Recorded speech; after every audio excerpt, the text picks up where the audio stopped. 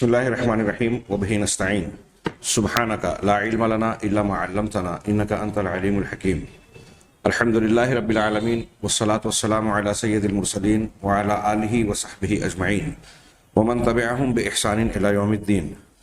أعوذ بالله من الشيطان الرجيم. بسم الله الرحمن الرحيم. ومن لم يحكم بما أنزل الله فأولئك هم الكافرون.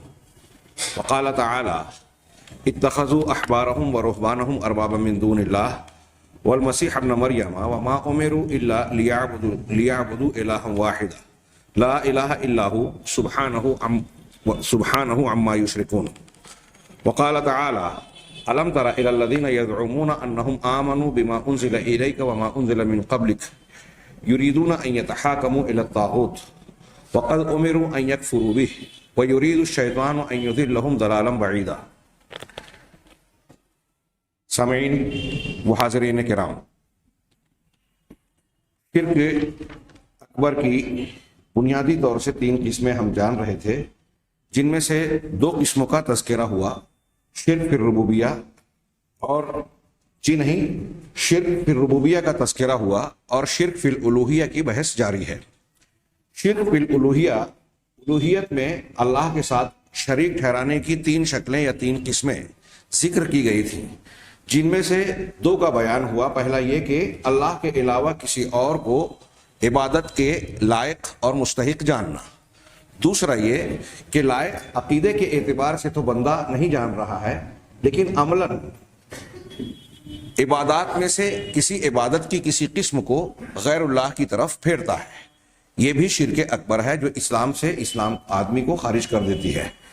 تیسری شکل النوع الثالث، جس کا تذکرہ ہم آج کریں گے اور بہت ہی توجہ کے ساتھ اسے جاننا چاہیے، کیونکہ اس قسم کو لوگوں نے بعض مذاہب کی بنیاد پر اس طرح سے اختلافی بنا دیا کہ اب لوگ اس پر گفتگو کرنے سے ایک طریقے سے کتراتے ہیں، یا کوئی شخص جو ان کے موقف کے خلاف اس بیان کو پیش کرتا ہے تو وہ اسے مسلکی اختلاف سمجھ کے نظر انداز کر دیتے ہیں۔ میری مراد خاص طور سے حلال و حرام کا حق دینے اور ہمارے یہاں جو اصطلاحاً مسلک کی بنیاد بنتی ہے تقلیدی مسالک کی، تقلید سے ہے۔ آئیے اگلی قسم دیکھیں، جس میں تقلید کی بعض قسمیں بھی، ساری قسمیں نہیں، بعض قسمیں بھی شامل ہیں۔ شرک فی الحکم تیسری قسم ہے۔ الوہیت میں شرک کی تیسری قسم حکم میں، فیصلے میں شرک کرنا۔ یوں سمجھ لیجئے کہ قانون میں، اصول ضابطہ بنانے میں، یا دوسرے شرعی الفاظ میں کہیں تشریع میں، شریعت سازی میں، قانون سازی میں اللہ تبارک و تعالیٰ کا شریک ٹھہرانا، اس طرح سے کہ اللہ تبارک و تعالیٰ شریعت ساز ہے، شارع اللہ ہے۔ جناب محمد رسول اللہ صلی اللہ علیہ وسلم بھی فی نفسہ ہی شارع نہیں ہے، اللہ کے حکم سے، اللہ کے احکامات کی مطابقت میں آپ کو شارع کہا جاتا ہے، اور اللہ نے جن معاملات میں آپ کو اختیار دیا کہ آپ جیسا چاہیں یہ حکم کریں، وہاں آپ کو اختیار حاصل ہے۔ ورنہ یہ بات عام مسلمان کہتے ہیں۔ ہمارے یہاں جب کورٹ کی طرف سے یا ہندوستانی قوانین کے شکل میں پرسنل لا میں مداخلت کی گئی، شاہ بانو کیس کا معاملہ اٹھا، تو اس وقت صرف اہل حدیث ہی نہیں، اہل حدیث کے علاوہ بھی تب سب لوگوں نے اسلام کے اس بنیادی عقیدے کا برملا کھل کر اعتراف کیا کہ اللہ تبارک و تعالیٰ نے اگر کوئی فیصلہ دے دیا، اللہ تعالیٰ نے اگر کسی چیز کو حلال یا حرام قرار دے دیا، تو اس کو تبدیل کرنے کا اختیار عام لوگوں کو، علماء کو، مفتیان کو، ائمہ کو، صحابہ تو دور کی بات، خود جناب محمد رسول اللہ صلی اللہ علیہ وسلم کو بھی یہ اختیار نہیں ہے۔ سورہ تحریم کی بالکل پہلی آیت میں اللہ تعالیٰ نے آپ سے خطاب کر کے کہا کہ لما تحرم ما احل اللہ لک، اے نبی آپ اس چیز کو کیوں حرام قرار دیتے ہیں جس کو اللہ نے آپ کے لیے حلال قرار دیا۔ اس کے شان نزول کی 2 واقعات بیان کیے جاتے ہیں، دونوں میں یہ ہے کہ اللہ کے رسول صلی اللہ علیہ وسلم نے ایک چیز کے بارے میں کہا کہ اب میں یہ نہیں کروں گا، شہد کو نہیں پیوں گا، یا اپنی لونڈی کے تعلق سے کہا کہ ان سے تعلق نہیں رکھوں گا۔ دونوں کے سلسلے میں، دونوں واقعات کو اگر ہم درست مانتے ہیں، اللہ تبارک و تعالیٰ نے گویا آپ کے اس کہنے پر، جبکہ آپ نے حرام قرار نہیں دیا، تنقید ان کا آپ کا جو ہے مواخذہ کیا اور اس کی اصلاح فرمائی کہ اللہ نے جس چیز کو حلال کیا آپ اسے حرام نہیں قرار دے سکتے. کتنی صاف بات ہے. اس کا مطلب یہ ہوا جو ہمارا درس ہے کہ اگر کوئی شخص اس فیصلے کے حق میں شریعت سازی میں اللہ کے علاوہ کسی اور کو بھی اس کا اہل مستحق سمجھتا ہے یا وہ درجہ دیتا ہے جو اللہ کا اور اللہ کے حکم سے رسول اللہ صلی اللہ علیہ وسلم کا شریعت سازی کے اعتبار سے ہے تو وہ اس شخصیت کو اللہ کا شریک ٹھہرا رہا ہے. آئیے بہت غور سے سماعت فرمائے کہ والشرک فی الحکم لہ صور کثیرہ. حکم اور فیصلے میں شرک کرنے کی بہت سی شکلیں ہیں, بہت سی صورتیں ہیں. منہا ان میں سے ایک شکل یہ ہے ان یعتقد احد ان حکم غیر اللہ افضل من حکم اللہ تعالی او مثلہ. کوئی شخص یہ عقیدہ رکھے کہ اللہ کے علاوہ کسی کا فیصلہ, حکم, اللہ کے علاوہ کسی کا فیصلہ اللہ تعالیٰ کے حکم اور اللہ تعالیٰ کے فیصلے سے زیادہ بہتر ہے, افضل ہے یا اس کے مثل ہے.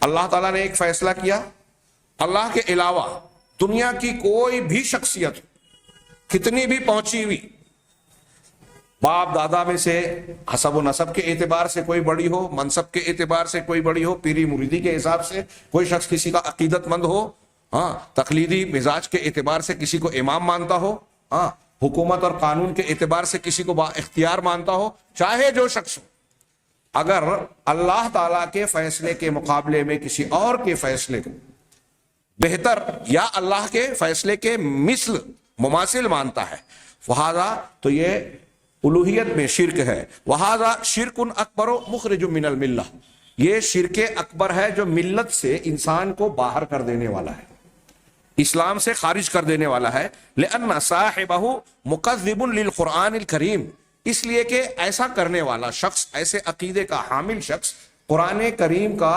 انکار کرنے والا, جھٹلانے والا ہے. قرآن کو سب سے بہتر نہیں مان رہا ہے. قرآن کہہ رہا ہے ان ھذا القرآن یہدی للتی ہی اقوم, قرآن وہ فیصلہ ہے, قرآن وہ کتاب ہے جو سب سے بہتر معاملے کی رہنمائی کرتی ہے. اب آپ اللہ کے کلام اور قرآن کی شریعت کے مقابلے میں کسی اور کی شریعت کو, قانون کو, فیصلے کو بہتر مان رہے ہیں تو آپ قرآن کی اس آیت اور اس معنی کی 20 آیات اور نصوص کا انکار کر رہے ہیں. آگے اور بھی نصوص ہیں. افحکم الجاہلیت یبغون, کیا وہ جاہلیت کے فیصلے کو چاہتے ہیں؟ ومن احسن حکما من اللہ, اللہ تعالیٰ سے بہتر فیصلہ کرنے والا کون ہو سکتا ہے؟ یہ استفہام انکاری ہے. اللہ سے بہتر کوئی فیصلہ کرنے والا ہو ہی نہیں سکتا. لقوم یوقنون, ان لوگوں کے لیے جو یقین رکھتے ہیں, جن کے پاس ایمان ہے, یقین کی دولت ہے, وہ اللہ کے فیصلے کے مقابلے میں کسی اور کے فیصلے کو مان ہی نہیں سکتے. مانیں گے تو اللہ تعالیٰ سے بہتر مان رہے ہیں, قرآن کا انکار کر رہے ہیں, شرک اور کفر کا ارتکاب کر رہے ہیں. پہلی شکل یہ بتائی کہ کوئی شخص کسی کے بارے میں یہ عقیدہ رکھے کہ وہ فیصلہ جو کرتا ہے اس کا فیصلہ اللہ کے فیصلے سے بہتر یا اللہ کے فیصلے کے مثل ہے. یہاں میں صرف اشارہ کروں, اگر ہم میں سے, آپ میں سے اور ہم میں سے کوئی شخص قرآن اور حدیث کا ایک, ہم فقہی احکامات کے تناظر میں جب یہ گفتگو کرتے ہیں کہ فلاں چیز مستحب ہے, فلاں سنت ہے, مثال کے طور پہ ہمارے یہاں کچھ لوگ جو رفع الیدین نماز میں نہیں کرتے, رکوع میں جاتے وقت تو رکوع سے اٹھتے وقت, تو وہ سوال کرتے ہیں کہ کیا رفع الیدین کے بغیر نماز پڑھیں گے تو نہیں ہوگی کیا؟ کیا مطلب ہے اس سوال کا؟ کیوں یہ سوال کر رہے ہیں آپ کہ رفع الیدین کے بغیر اگر نماز پڑھ لیں تو نماز نہیں ہوگی کیا؟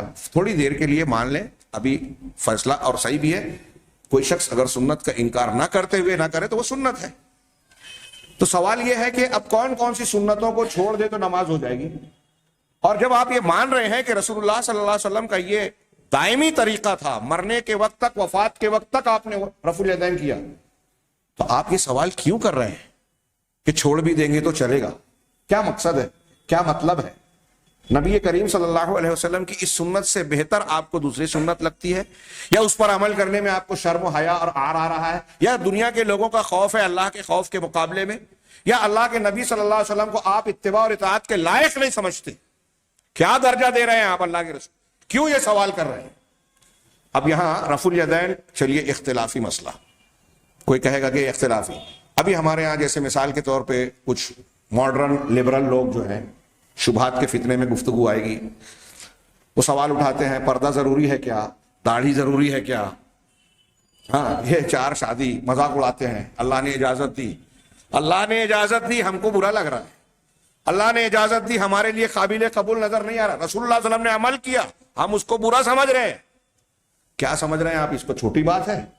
عمل نہ کرنا کسی سنت پر، شریعت کی کسی اجازت کو عمل میں نہ لانا ایک الگ بات ہے، لیکن اسے برا سمجھنا، آپ رفع الیدین کو عمل میں نہیں لاتے یہ ایک بات ہے، لیکن اسے سنت سمجھ رہے ہیں تو آپ منکر نہیں ہیں، لیکن آپ اسے حقیر سمجھ رہے ہیں. داڑھی کو آپ حقیر سمجھ کے اس کا مذاق اڑا رہے ہیں.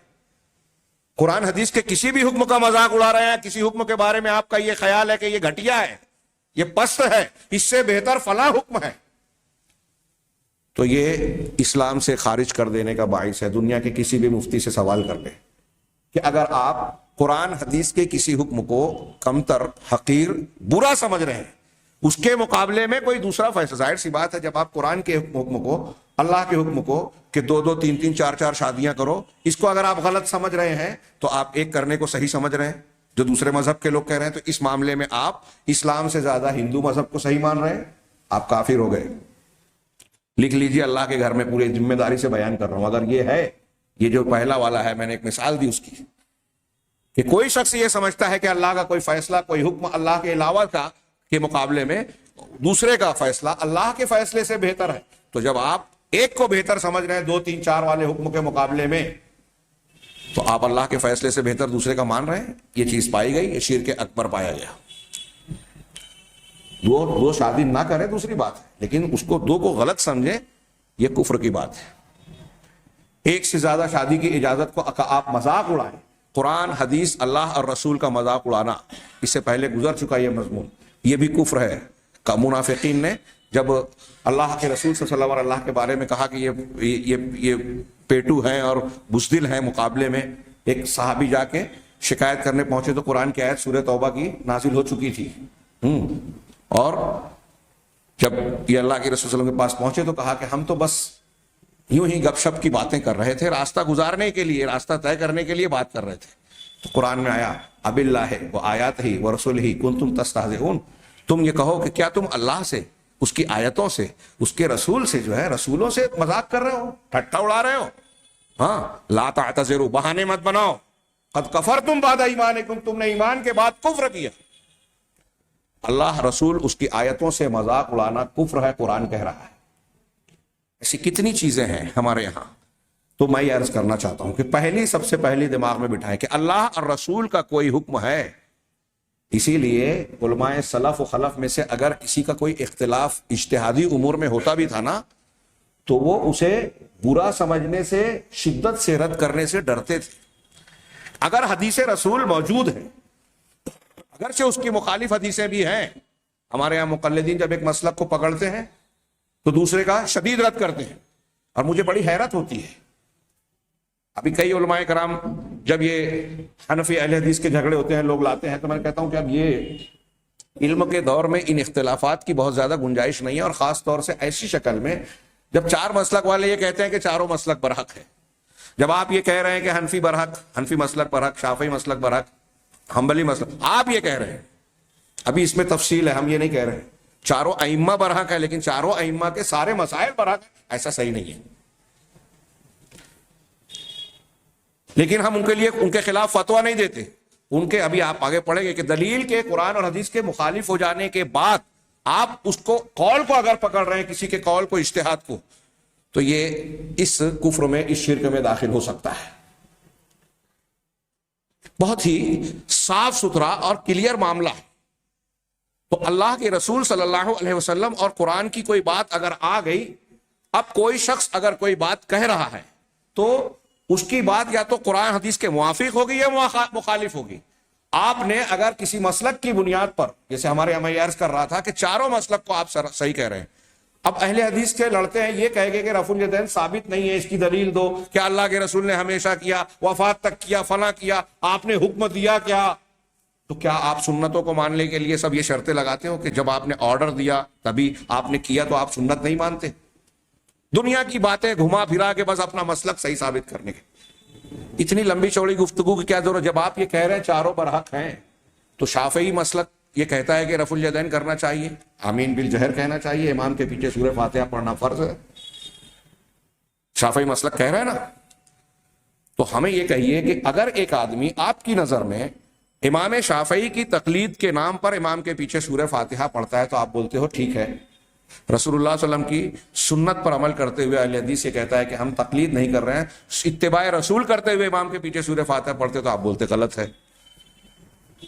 کیا فیصلہ کر رہے ہیں آپ؟ رفع الیدین اگر ایک شافعی کر رہا ہے، ایک حنبلی کر رہا ہے کہ ہمارے امام نے بھی اس کے قائل ہیں، تو امام کے نام پر کرنے کی وجہ سے آپ کہہ رہے ہیں کہ صحیح ہے. رسول اللہ صلی اللہ علیہ وسلم کی سنت کا نام لے کے اہل الحدیث کرے تو کہتے ہیں غلط ہے. آپ کیا کہہ رہے ہیں؟ آپ سوچتے ہیں اتباع رسول میں اگر کوئی رفع الیدین کر رہا ہے تو آپ اس سے پرہیز کر رہے ہو، تقلید شافعی میں اگر کوئی شخص کر رہا ہے تو آپ کہتے ہو کہ برحق ہے. ما لکم کیف تحکمون، تم کیسا فیصلہ کر رہے ہو؟ رسول کا کیا مقام دیا آپ نے؟ یہ شرک کے قریب اور کفر کے قریب لے جانے والی بات ہے. رسول اللہ صلی اللہ علیہ وسلم کی شان میں ایسا مانتا ہوں، کوئی مانے یا نہ مانے کہ گستاخی ہے. اور میں کیا مانتا ہوں؟ حضرت ابن عباس کا قول ابھی آپ دیکھیں گے. اللہ حضرت ابن عباس صحابی ترجمان القرآن کہتے ہیں یوشک ان تنزل علیکم حجارۃ من السماء، قریب ہے کہ آسمان سے تم پر آسمان سے پتھروں کی بارش ہو. اقول قال رسول اللہ صلی اللہ علیہ وسلم، میں کہتا ہوں کہ اللہ کے رسول صلی اللہ علیہ وسلم نے فرمایا وتقولون قال ابو بکر و عمر، اور تم کہتے ہو کہ ابو بکر اور عمر نے کہا. کن کی بات مثال دی؟ اللہ کے رسول صلی اللہ علیہ وسلم کی مخالفت میں ابو بکر صدیق اور عمر فاروق کی مثال دی. اس امت کے سب سے افضل لوگ جن کے بارے میں اللہ کے رسول صلی اللہ علیہ وسلم کا صاف فرمان ہے کہ تم پر میری سنت ہے اور میرے بعد میرے خلفائے راشدین کی سنت ہے، یعنی اللہ کے رسول کی سنت کے ساتھ خلفائے راشدین کی سنت کی پیروی کرنا حکم رسول ہے. لیکن اگر ان خلفائے راشدین کی کوئی بات، کوئی قول اللہ کے رسول کی بات کے خلاف ہو جائے تو ان کی بات کو ماننا آسمان سے پتھروں کی بارش کی دعوت دینا ہے، اللہ کے عذاب کو بلانا. یہ کون کہہ رہا ہے؟ ابن عباس رضی اللہ تعالیٰ عنہ. اور اپنے شاگرد حضرت عروہ سے کہا، جب حضرت ابن عباس کہنے لگے کہ حج تمتع کا حکم اللہ کے رسول نے دیا ہے تو انہوں نے کہہ دیا کہ ابو بکر اور عمر تو منع کرتے تھے. ابن عباس غصے سے سرخ ہو گئے اور کہا یا عریہ، عروہ کو غصے میں عریہ کہا. میں کہتا ہوں اللہ کے رسول نے کہا، تو کہتا ہے ابو بکر اور عمر نے کہا. آسمان سے پتھر کی بارش ہو سکتی ہے. صرف اتنا کہنے پر آج ہمارے یہاں لوگ اتنی جرات اور جسارت کرتے ہیں، اللہ کے ڈر سے تہی دست ہیں، اس مسئلے سے جاہل اور ناواقف ہیں کہ سر اپنے مسلک کے نام پر کھلے عام اللہ کے رسول صلی اللہ علیہ وسلم کی حدیثوں کو رد کرتے ہیں، منسوخ قرار دیتے ہیں، تعویل کرتے ہیں، قرآن کی آیتوں کو اس کے معنی سے ہٹا دیتے ہیں، اپنے مسلک کے خلاف ہوتی ہے. صحیح حدیثوں کو رد کر دیں گے اور جب ضعیف حدیث ان کے موافق نظر آئے گی تو کہیں گے ہم تو ضعیف پر بھی عمل کرتے ہیں. عجیب تضاد ہے، صحیح پر عمل نہیں کرتے، جو ان کی تائید میں ملتی ہے اس پر عمل کرنے کی بات کرتے ہیں چاہے وہ ضعیف ہو. اب اگر صحیح ان کے خلاف ہو جائے تو کہتے ہیں امام کرخی کا مشہور قول بدنام والا کہ ہر وہ آیت اور ہر وہ حدیث جو ہمارے مذہب کے خلاف ہوگی یا تو ہم اس کی تعویل کریں گے یا منسوخ قرار دیں گے. خیر آگے پڑھیے اور یہ بات تھوڑی سی واضح ہوگی آگے. دوسری شکل جو ہے اس شرک کی حکم میں اللہ کا شریک ٹھہرانا، ان یعتقد احد جواز الحکم بغیر ما انزل اللہ تعالی، کہ کوئی شخص اللہ تعالیٰ کے نازل شدہ حکم کے مقابلے میں کسی اور حکم کے ذریعے سے فیصلہ کرنے کو جائز مانے، عقیدہ رکھے کہ اللہ کا حکم یہ ہے، فلاں کا یہ ہے، فلاں کے حکم سے فیصلہ کرنا بھی جائز ہے، ایسا عقیدہ رکھے. تو کہہ رہے ہیں وہذا شرک اکبر ایضا، یہ بھی شرک اکبر ہے، اسلام سے خارج کر دینے والا ہے. ایک طرف اللہ کا فیصلہ ہے، دوسری طرف دوسرے کا. دلیلیں، کچھ تفصیلات اور مثالیں آگے کی سطور میں آئے گی انشاءاللہ. تیسری شکل اس شرک کی یہ ہے کہ ان یضع تشریعا او قانونا مخالفا لما جاء فی کتاب اللہ تعالی و سنت رسولہ صلی اللہ علیہ وسلم، کہ کوئی شخص جو ہے کوئی تشریع جو ہے شریعت بنانا، قانون بنانا، اس کا اردو ترجمہ کریں گے شرع من قانون، شریعت، اصول، ضابطہ، طریقہ. تو تشریع کہتے ہیں شریعت سازی، شریعت بنانا، قانون بنانا. تو کسی کی شریعت سازی کو یا قانون جو اللہ کی کتاب اور رسول اللہ صلی اللہ علیہ وسلم کی سنت کے خلاف، اللہ کے قرآن رسول کی سنت کے خلاف کوئی قانون ہے، ہاں کوئی شریعت ہے، کوئی اصول ضابطہ ہے، ہاں کوئی بناتا ہے، وَيَحْكُمُ بِهِ، تو کوئی اس کو بنا رہا ہے، خود بنا رہا ہے ایسا قانون اور اسی کے مطابق فیصلہ کر رہا ہے. قرآن اور حدیث ایک بات کہہ رہی ہے, اس کے مقابلے میں دوسرا فیصلہ ہم نے کیا, ہاں, اور اس کے مطابق فیصلہ کرتے ہوئے یہ عقیدہ رکھتا ہے کہ اس قانون کے مطابق فیصلہ کرنا جائز ہے, یہ عقیدہ رکھتے ہوئے کہ یہ قانون اللہ کے حکم سے بہتر ہے یا اس کے جیسا ہے, تو یہ بھی شرک اکبر ہے, ملت سے خارج کر دینے والا ہے. ایک تو یہ کہ کسی اور کی اطاعت کرے کسی اور کا, ایک یہ کہ خود قانون بنائے. اوپر کی دو قسموں سے ہٹ کر تیسری شکل کیا ہے کہ خود کوئی قانون بناتا ہے, کوئی شریعت اور اصول بناتا ہے اور یہ سمجھ رہا ہے کہ میں نے یہ جو بنایا ہے, فیصلہ کیا ہے, یہ اللہ کے فیصلے سے بہتر ہے.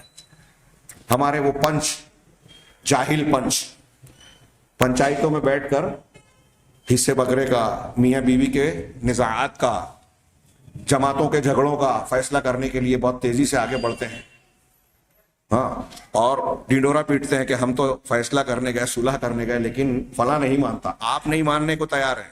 یہ جو فیصلہ کرنے گیا ہے, جو انصاف کی بات نہیں کرتا, ہاں, اللہ تعالیٰ نے قرآن میں کہا ہے کہ دونوں کے درمیان دو فریق جھگڑا کرے تو صلح کرو. کیسے؟ بالعدل, ان تحکموا بالعدل, عدل و انصاف کے ذریعے فیصلہ کرو. آپ کہتے ہو پنچایت میں, بیٹھک میں, مصالحت کی گفتگو میں کہ وہ کس کا کیا حق ہے جانے دو, ختم کرو, ایک مل جاؤ. ہاں, اس نے زیادتی کی, وہ اللہ کے پاس جواب دے گا. تو آپ کیوں آئے مصالحت کرنے جب آپ کے پاس, آپ کہتے ہیں ہمارے یہاں پنچایتوں میں میں نے سنا کئی لوگوں سے کہ وہ اللہ اور رسول کی بات کیا ہے ہم نہیں جانتے, ہم جو فیصلہ کریں گے آپ کو ماننا پڑے گا. ایک لمحہ ایسی بات کہنے والے کو پنچایت میں رکنا نہیں چاہیے. دوسروں کو اگر وہ ایمان والے ہیں, یہ کفر کی بات ہے. 3 لوگ, 3 قاضی جہنم میں ہیں, قاضی, پنچ, جج, سب ایک ہی معنی میں. ثالث, اللہ کے رسول صلی اللہ علیہ وسلم کی صاف حدیث ہے, صحیح حدیث. 3 قسم کے قاضی, القضاۃ و ثلاثہ, قاضی 3 طریقے کے ہیں, پنچ, 2 جہنمی, 1 جنت میں. جہنم میں 2 جانے والے کون ہیں؟ ایک حق کو نہیں جانتا اور فیصلہ کرتا ہے, جاہل ہے اور فیصلہ کر رہا ہے. تو جو کہہ رہے ہیں کہ ہمیں اللہ اور رسول کی بات معلوم نہیں لیکن فیصلہ کر رہے ہیں, تو جاہل ہے تو کیوں فیصلہ کر رہے ہو؟ دوسرا وہ جو حق کو جانتا ہے لیکن حق کے خلاف فیصلہ کرتا ہے, معلوم ہے کہ ظالم وہ ہے لیکن اس کے خلاف جرت نہیں ہے بولنے کی اور فیصلہ کر رہا ہے. جب آپ کے اندر جرت نہیں ہے تو کیوں ثالث بنے ہو, کیوں پنچ بنے ہیں, کیوں جج بنے ہیں؟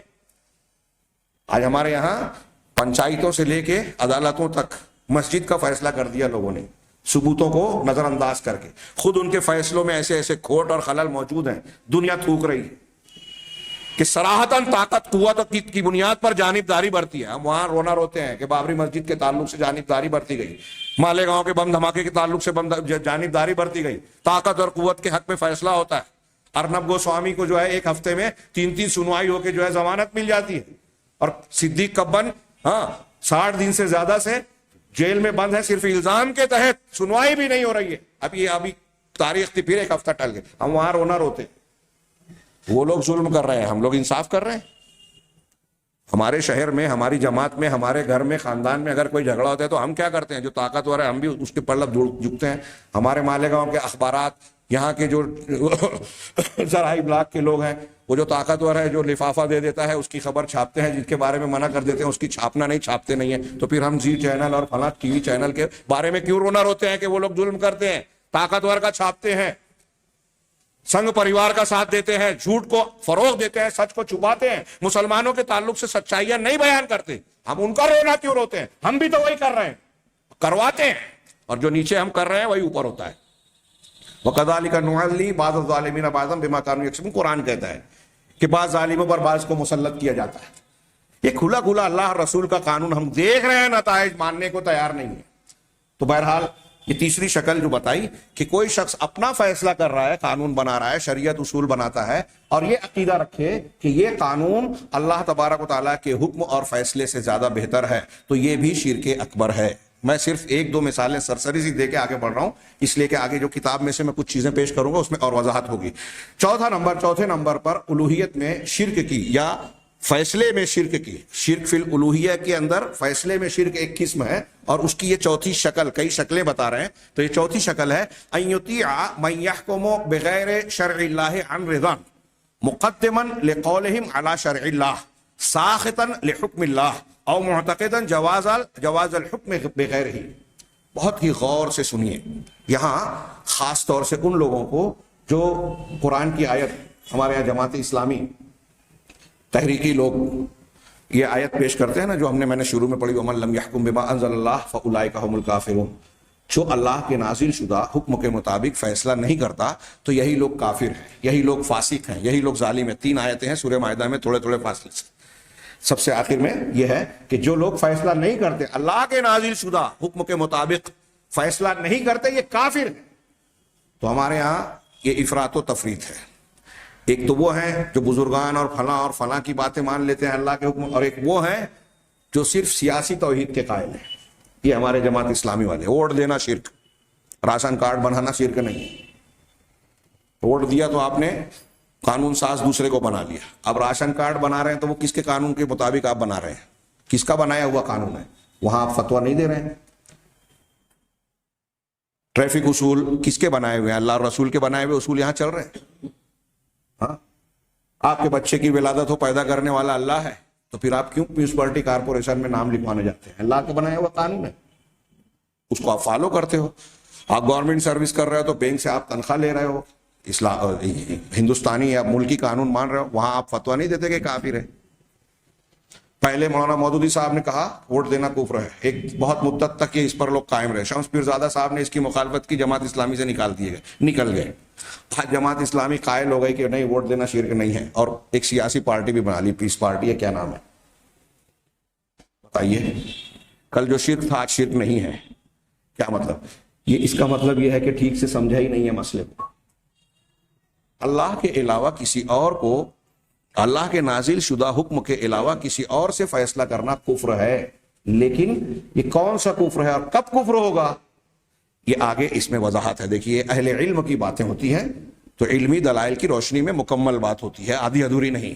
یہ کہہ رہے ہیں کہ اللہ کے علاوہ، اللہ کی شریعت کے علاوہ کسی اور فیصلے کی اطاعت کرے آدمی ان رضن، راضی رہ کر، رضامندی سے، دل کی رضامندی سے۔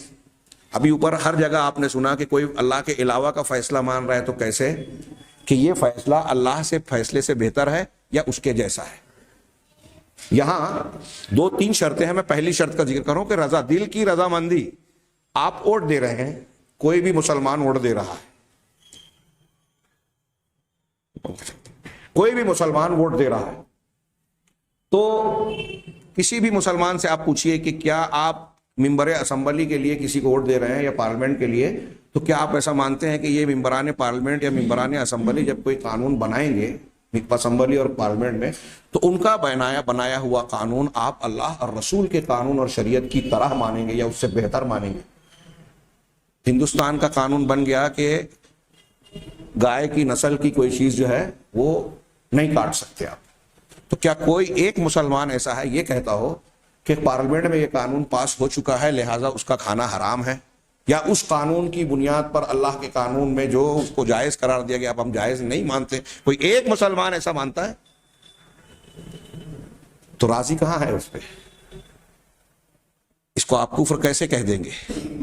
جو چیز ہمارے اختیار میں ہے اس کی بنیاد پر اللہ تعالیٰ کا اور رسول اللہ صلی اللہ علیہ وسلم کا فیصلہ اور پکڑ ہوتی ہے، جو ہمارے اختیار میں نہیں ہے اللہ اس پر نہیں پکڑتا، اس پر فتویٰ نہیں لگتا، جو آپ اور ہم کر ہی نہیں سکتے۔ حکومت کے قانون بنانے کے تعلق سے ہم بے بس ہیں، ہمارے دائرہ اختیار سے باہر ہے، وہ جو بنائے ہیں ہم اس پر راضی نہیں ہیں۔ یہ عقیدہ ہمارا کھلا ہے، میں مسجد میں بیٹھ کر اس ہندوستان میں بیان کر رہا ہوں کہ ہم اللہ کے قانون کی طرف پارلیمنٹ اور اسمبلی کے قانون کو نہیں مانتے، نہ مان سکتے ہیں۔ دنیا کا ہر قانون جو قرآن و حدیث کے خلاف ہے ہم اس کا رد کرتے ہیں، نہیں مانیں گے قانون کی حیثیت سے۔ وہ جس ملک میں رہتے ہیں اس ملک کی بنیاد پر آداب و ضوابط شریعت کے دائرے میں ماننے پر مجبور ہیں، لیکن جو عقیدے سے ٹکرانے والی بات ہے ہم اسے قبول نہیں کریں گے، نہیں مانتے، چاہے اب ہم کو سولی پر چڑھایا جائے۔ اور اسی بنیاد پر تو مذہب کی آزادی دی گئی ہے سارے لوگوں میں کہ جو جس مذہب کا ہے اس کی بنیادی تعلیم کو سے مخالفت کرنے پر کوئی مجبور نہیں کر سکتا۔ ہمارے سنویدھان میں بھی یہ چیز حکومت کو، اور دنیا کے ہر حکومت میں آج یہ آزادی حاصل ہے کہ آپ کا جو مذہب ہے آپ اس پر عمل کیجئے، تو اس کے خلاف ہم مجبور نہیں کر سکتے۔ تو پہلی بات یہ کہ رضامندی سے ہم کسی اور کے قانون کو مانیں، فیصلہ کریں، اللہ کی شریعت کے علاوہ کی اطاعت کریں، نمبر 1 رضامندی۔ دوسرا، مقدماً لقولہم علی شرع اللہ، اس کے قول کو، جس کی بات ہم مان رہے ہیں، اس کے قول کو اللہ کی شریعت پر ترجیح دیتے ہوئے، مقدم کرتے ہوئے. کیا کوئی انسان مسلمان پارلیمنٹ اور اسمبلی کے بنائے ہوئے قانون کو اللہ اور رسول کے قانون پر مقدم، بہتر آگے کر کے اس کو مانتا ہے؟ یہ دوسری شرط ہے کہ اللہ اور اس کے رسول سے بہتر، ساخطاً لحکم اللہ. تیسری شرط وضاحت کی کہ اللہ کے فیصلے سے ناراض ہوتے ہوئے، اس کو برا سمجھتے ہوئے. کہ ہم نے جو قانون کو مانا، ممبر پارلیمنٹ یا اسمبلی، یہ میں جو تحریکی جماعت اسلامی کے لوگ کہہ رہے ہیں اس کے تناظر میں، ویسے دوسرے قوانین کے بارے میں بھی، کہ آپ اگر کوئی قانون کو اللہ تبارک و تعالیٰ کے قانون کے مقابلے میں مان رہے ہیں، شریعت کو مان رہے ہیں، تو کیا شرطیں؟ اگر دل کی رضامندی ہے، اللہ کے قانون سے اس کو بہتر اور مقدم مان رہے ہیں، اللہ کے قانون کو اس کے مقابلے میں برا سمجھ رہے ہیں، اس پر ناراض ہیں، یہ شرطیں جب پائی جائے گی، یا یہ عقیدہ رکھتے ہیں کہ اللہ کے علاوہ کا جو فیصلہ ہے اس کا فیصلے سے، اس کے فیصلے کے مطابق معاملہ کرنا جائز ہے، یا یہ عقیدہ رکھے کہ یہ حکم اور فیصلہ یا قانون یہ اللہ تعالیٰ کے قانون سے بہتر، افضل یا اس کے جیسا ہے، یہ عقیدہ رکھے دل میں یقین. دل کا عقیدہ، عمل الگ ہے، عقیدہ الگ ہے. یعنی دل سے یقین رکھتے ہوئے ایک آدمی ووٹ دے رہا ہے، ووٹ دیتے ہوئے اس کا یہ عقیدہ نہیں ہے کہ میں جس کو ووٹ دے رہا ہوں وہ قانون بنانے والا اللہ کی طرح ہے. کیا عقیدہ رکھتا ہے کوئی مسلمان ایسا؟ اب آپ نے کہہ دیا کہ یہ شرک ہے، اور ایک برسوں تک جو ہے قوم اس کے پیچھے بھاگتی رہے، اور جتنے ووٹ دیتے رہے، کہا کانگریسی مسلمان، جنتائی مسلمان، فلانا مسلمان، سب کافر، اسلام سے خارج. سید قطب شہید نے تو کہہ دیا، سید قطب نے، جن کو شہید کہا جاتا ہے، کہ اگرچہ آج ساری دنیا کی مسجدوں میں اذانیں دی جاتی ہیں، ہاں لوگ لا الہ الا اللہ، اشہد ان لا الہ الا اللہ کا کلمہ بلند کرتے ہیں، لیکن یہ سارے معاشرے جاہلی معاشرے ہیں، کافر ہیں. کسی نے جا کے سوال کیا ان سے مصر میں کہ جب سب کافر ہیں تو ان کا ذبیحہ کھایا جائے کہ نہیں؟ کہا اہل کتاب سمجھ کے کھا لو. شیخ اشماوی نے اس کا تذکرہ کیا، میں نے اس سے پہلے حوالوں سے یہ باتیں بیان کی. پوری دنیا کے مسلمان ہی نہ رہے. ہمارے ہاں جو گروپ پر جو پابندی لگی ہے، وہ لوگ کہتے ہیں کہ جماعت اسلامی والوں نے جو سیاسی پارٹی بنا لی، سیمی والے یہ کہتے تھے وہ بھی کافی مرتد ہو گئے. کل تک وہ جو لوگوں کو فتویٰ دیتے تھے وہ فتویٰ اب ان پر بھی پڑ گیا، محفوظ ہی نہیں.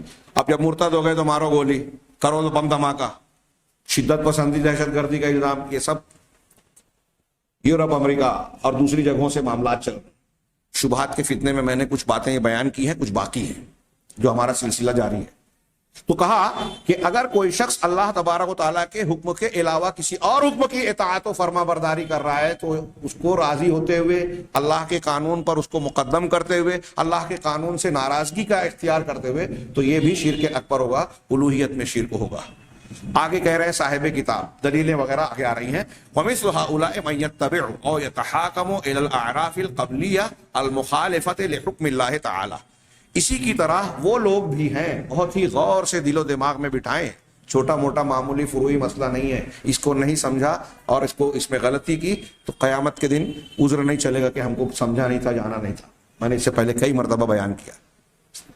قبر میں سوال ہوگا تمہارا رب کون ہے، تمہارا دین کیا تھا، یہ سیکھنا پڑے گا. تو کہا اسی طرح وَمِثْلُ هَؤُلَاءِ، انہی لوگوں کی طرح وہ بھی ہیں جو آباء و اجداد کی قبائلی رسم و رواج کی پیروی کرتا ہے، یا اپنے مقدمات کا ان کے مطابق، روایتوں کے مطابق، خاندانی روایت کے مطابق فیصلہ کرتا ہے. لحکم المخالفت لحکم اللہ، وہ خاندانی روایات اور وہ طور طریقے جو اللہ کے حکم کے خلاف ہے. اللہ کا حکم اور شریعت ایک چیز ہے، آپ کی خاندان کی باپ دادا کی پرمپرا ایک چلی آ رہی ہے، ہمارے سماج اور معاشرے میں ایک رسم چلی آ رہی ہے، ایک ریت ہے. وہ ریت صراحتاً اگر قرآن و حدیث سے ٹکرا رہی ہے، اور آپ اس ریت کو اس بنیاد پر چھوڑتے نہیں ہیں کہ یہ خاندانی پرمپرا ہے، باپ دادا سے چلی آ رہی ہے، اب ہمارے گھر میں ہمارے پورکھوں نے تعزیہ بنائی تھی تو ہم بھی بنائیں گے، پورکھوں نے یہ کیا تھا، شادی بیاہ میں جو ہے قرآن حدیث کے خلاف ورزی والے مشرکانہ عمل کیا تھا کہ بارات نکلنے سے پہلے جو ہے اس طرح کا شگون لیں گے، ہاں، کہ گھوڑا جو ہے وہ انڈے پر پیر رکھے، نہ پھوٹے تو نہ نکالیں گے بارات، ہاں، گھر میں آنے والی دلہن کو ایسا کریں گے، اس کا مطلب یہ کہ ایسا ہوا تو یہ منحوس ہے ورنہ منحوس نہیں ہے.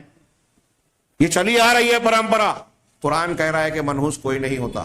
قرآن کہہ رہتا ہے شگون کر لینے والا جو ہے مشرک ہے, شگون نہیں لینا چاہیے. قرآن حدیث کہہ رہی ہے, شگون کا رد کر رہی ہے, لیکن ہم اس کو شادی کی پرمپرا مان رہے ہیں کہ باپ دادا سے قبائلی دور سے لمبے عرصے سے یہ چیز چلی آ رہی ہے, اس کو چھوڑ کیسے سکتے ہیں؟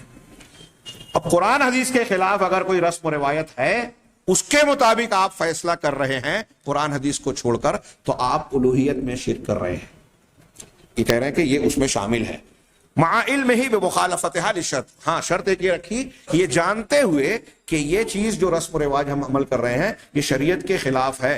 معتقدا جواز الحکم بها, یہ عقیدہ رکھتے ہوئے کہ اس کے مطابق فیصلہ کرنا جائز ہے. او انہا افضل من الشرع او مثلہ, یا یہ عقیدہ رکھنا کہ یہ شریعت سے زیادہ بہتر اور افضل ہے یا اس کے مثل ہے.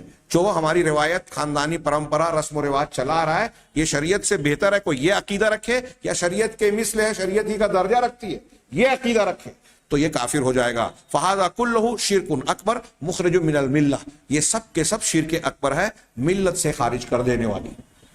آگے صاحب کتاب شیخ نورستانی حفظہ اللہ فرماتے ہیں والدلیل علی ان ھذا کلہ شرک, یہ جو پہلے ہم نے بیان کیا جتنا بھی کہ اللہ تعالیٰ کے حکم اور فیصلے کے سلسلے میں شرک کرنے کی جو مختلف شکلیں بیان کی, اور اس کے علاوہ بھی کئی شکلیں ہو سکتی ہیں, کہا یہ جتنی بھی باتیں ہم نے بیان کی یہ سب کے سب شرک ہے. اس پر دلیل اللہ تبارک و تعالیٰ کا یہ قول ہے.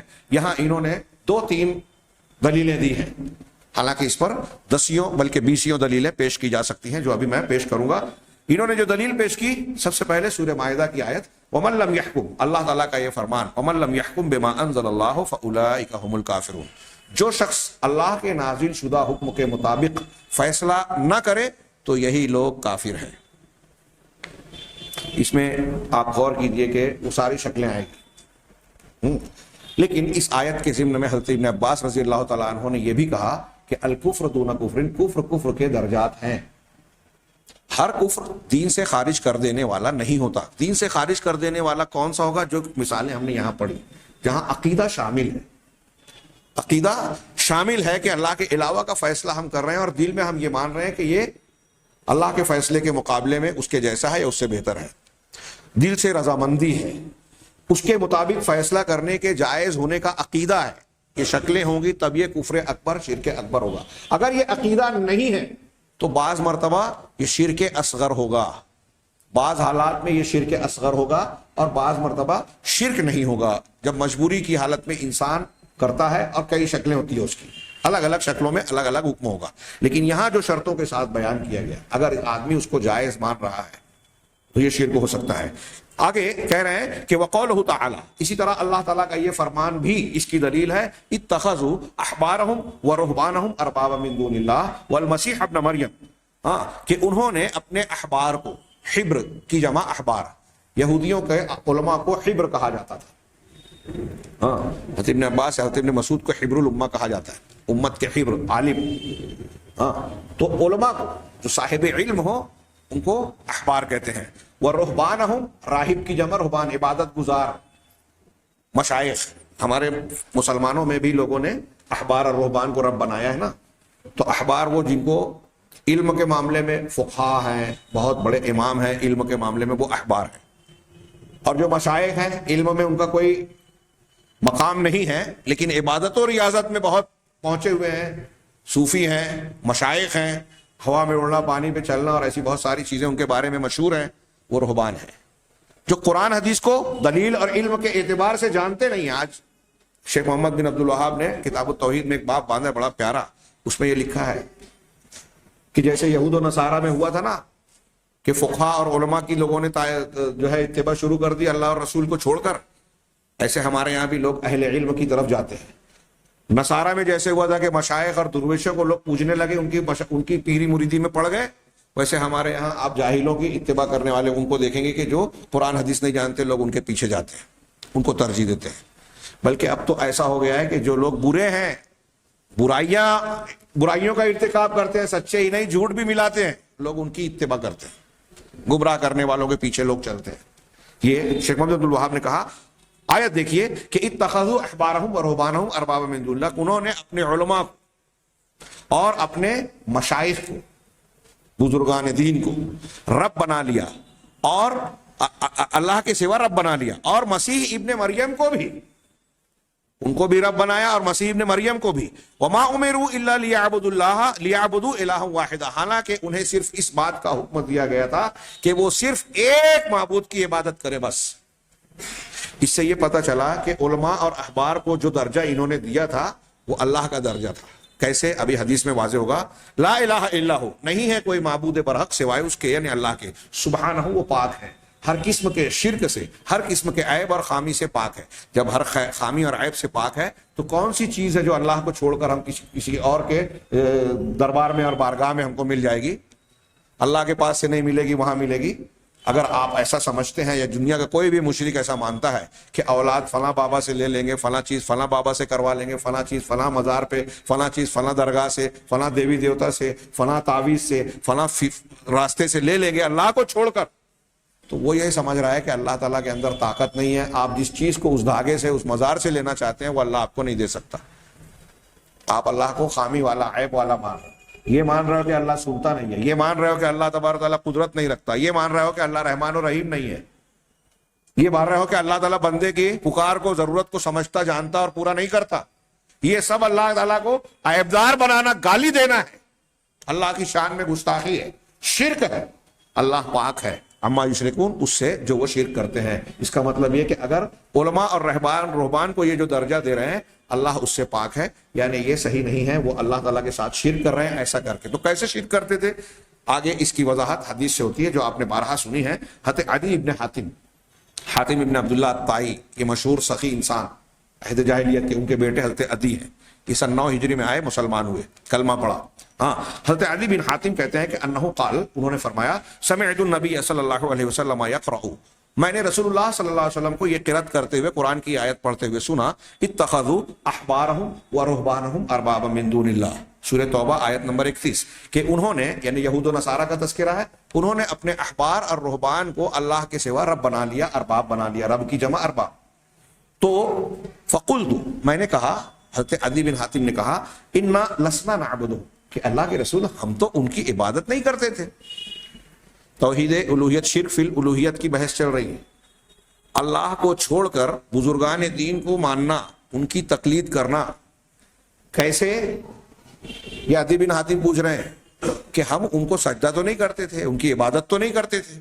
آج ہم اگر کہیں گے کسی مقلد کو جو یہ درجہ دیتا ہے اپنے امام کو، جو یہاں بیان کیا جا رہا ہے، تقلید کی کئی قسمیں اچھی طرح دماغ میں، ہمارے یہاں کچھ لوگ جوش میں کہتے ہیں تقلید کرنا شرک ہے، تو یہ کلی طور سے صحیح نہیں ہے. ہر قسم کی تقلید شرک نہیں ہے، بعض قسم کی ہے جس کا یہاں تذکرہ ہو رہا ہے.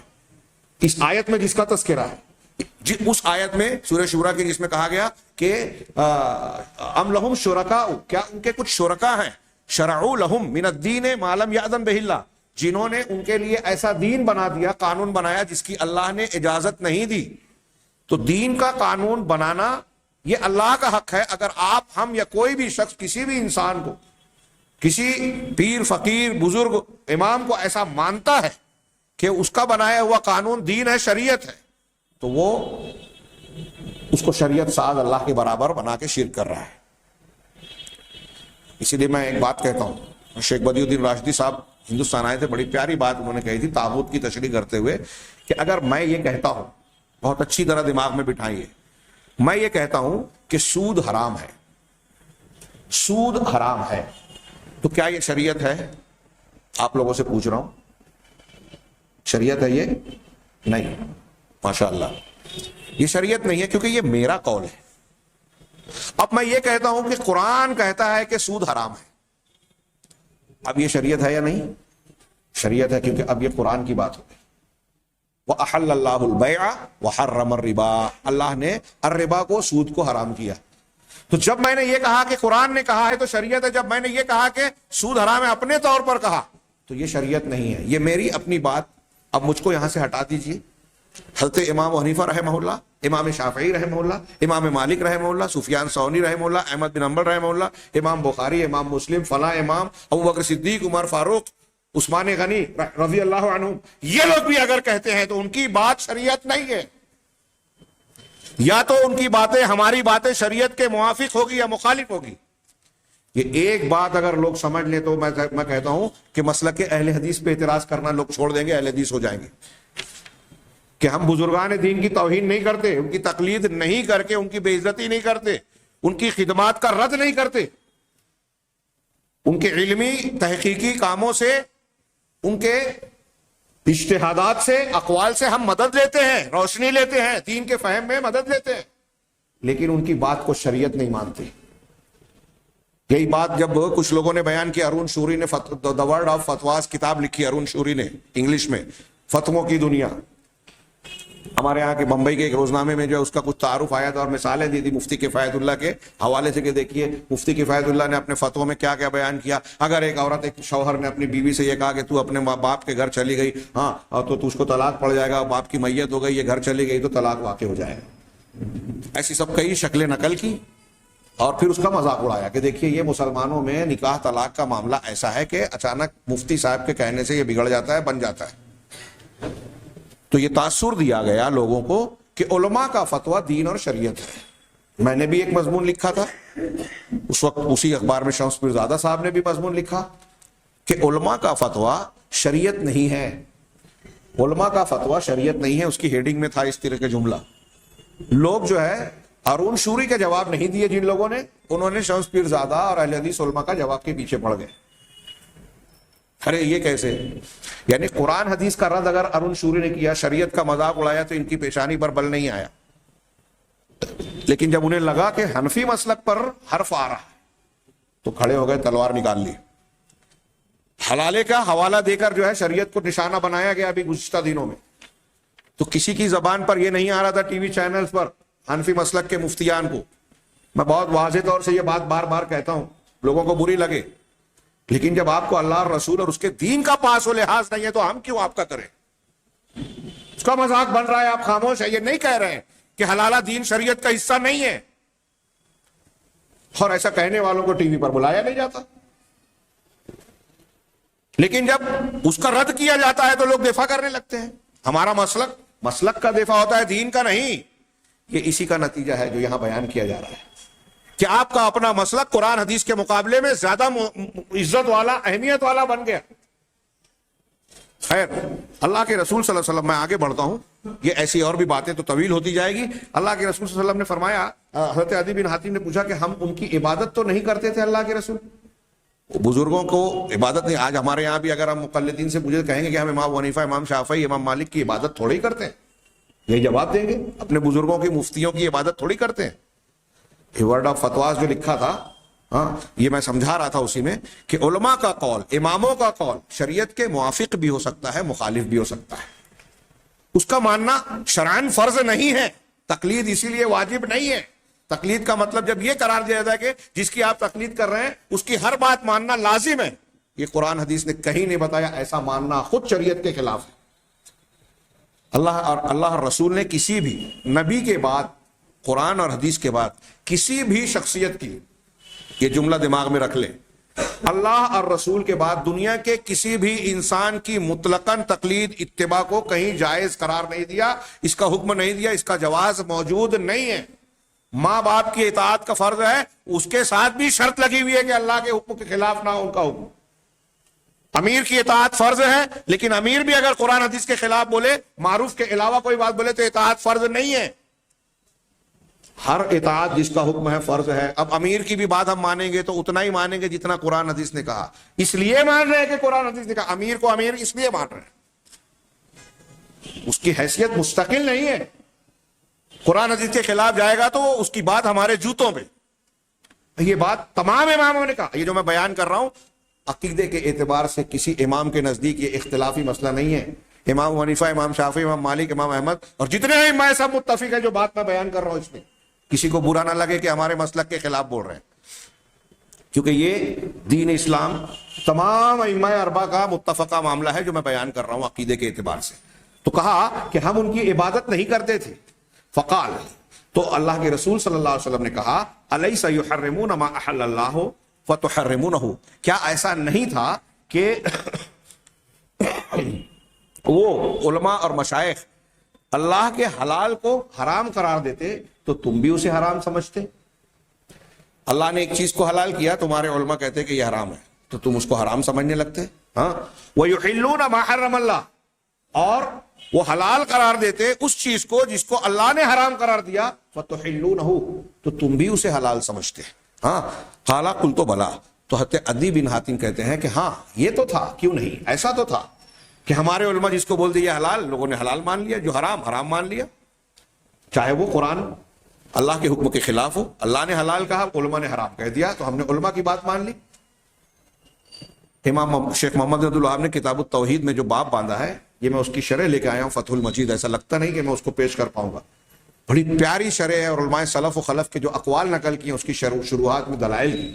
انہوں نے ہیڈنگ لگائی ہے کہ اللہ کے علاوہ علماء اور عمرہ یعنی حکومت کے ذمہ دار، علماء اور عمرہ کی اطاعت کرنا، یہ اللہ کے سوا ہاں دین کے معاملے میں، ہاں حلال و حرام کے معاملے میں ان کی اطاعت کرنا، یہ انسان کو دین سے خارج کر دیتا ہے، مشرک بنا دیتا ہے، ان کی عبادت کرنے والا بنا دیتا ہے علماء اور مشائخ کی. یہ ہیڈنگ لگائی ہے اور مختصر سے اقوال پیش کیے ہیں، 2-3 قرآن کی آیتیں، حدیثیں، اور امام احمد بن حنبل رحمہ اللہ کا قول پیش کیا. اس کی شرح یہ فتح المجید، وہ باب اور اس کا اگلا باب. میں کہوں گا کہ ہر مسلمان کو اس کو اچھی طریقے سے پڑھنا چاہیے، صرف کتاب التوحید میں نہیں، اس کی شرح فتح المجید میں. میں چاہتا تھا کہ اس کے کچھ اقتباسات کو آپ کے سامنے پیش کروں، لیکن وقت نہیں رہا. کہا کہ یہ اللہ کے رسول صلی اللہ علیہ وسلم نے فرمایا، جب ایسا تھا تم ایسا مانتے تھے، فتل کا عبادتہم، یہی ان کی عبادت ہے، یہی ان کو رب بنانا ہے. یہ ترمذی طبرانی، امام ترمذی نے اس کو نقل کیا، امام طبرانی نے کبیر میں، اور شیخ الالبانی نے صحیح سنن ترمذی میں اس حدیث کو حسن درجے کی حدیث کہا ہے کہ آپ اگر علماء اور رہبان کے فتووں کو اللہ کے حکم کے خلاف والا فتویٰ بھی مانتے تھے، ان کے فیصلے کو مانتے تھے، تو یہی ان کی عبادت ہے. یعنی رسول اللہ صلی اللہ علیہ وسلم کی تشریح ہے، کسی ایرے غیرے کی نہیں. جناب محمد رسول اللہ جن پر قرآن نازل ہوا، ان کی تفسیر ہے کہ علماء اور احبار کو رب بنانا کیسے ہے کہ آپ عالم کو، امام کو، بزرگوں کو یہ درجہ دے دیں کہ ہمارے امام نے کہا ہے حلال ہے تو ہم حلال مانیں گے، انہوں نے کہا ہے حرام تو ہم حرام مانیں گے. اب کہہ دیا حنفی مسلک نے کہ امام کے پیچھے سورہ فاتحہ نہیں پڑھنی ہے، قرآن حدیث کہہ رہی ہے کہ پڑھنا پڑے گا، ہمارے امام نے حرام کہا یا ہمارے مسلک نے حرام کہا تو ہم اس کو حرام سمجھ رہے ہیں، حدیث قرآن نہیں مانیں گے. یہ ان کی عبادت ہے. اگر عقیدہ شامل ہو گیا، عقیدہ شامل نہیں ہے تو بھی کم درجے کی مخالفت ہے، اللہ اور اس کے رسول کی مخالفت ہے.